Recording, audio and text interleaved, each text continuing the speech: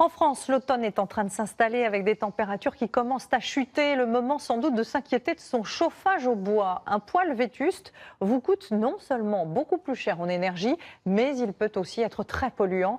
Dans la métropole grenobloise, le sujet est même devenu une question de santé publique et des aides sont proposées. Elles peuvent aller jusqu'à 2 000 €. Reportage Céline Blancpain et Yves Delécluse.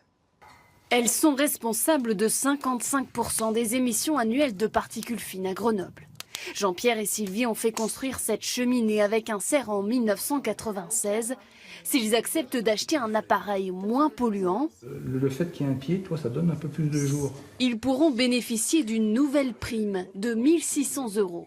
On a quand même une réduction de facture qui est quand même non négligeable.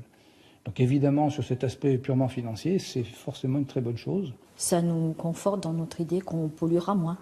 Dans cette région de montagne, le relief empêche la dispersion des particules, ce qui accentue les pics de pollution. Pour la métropole de Grenoble, qui regroupe 49 communes, le renouvellement des appareils de chauffage au bois est désormais considéré comme une priorité. Chaque fois qu'on convertit un appareil ancien vers un appareil récent à travers le dispositif primaire bois, on divise par 8 les émissions de particules. Donc on a un gain qui est considérable. Exemple, pour l'achat et l'installation d'une cheminée coûtant 5 300 €, les habitants de l'agglomération pourront bénéficier d'une prime de 1 600 €, mais aussi d'un crédit d'impôt accordé par l'État.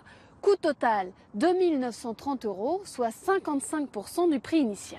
Pour bénéficier de cette prime, il faudra acheter un appareil labellisé Flamme Verte 7, des poêles ou des inserts nouvelle génération qui utilisent une technologie scandinave appelée la double combustion. En fait, on va brûler le bois, mais on va aussi brûler les fumées avant leur départ, de manière à réduire au maximum les rejets.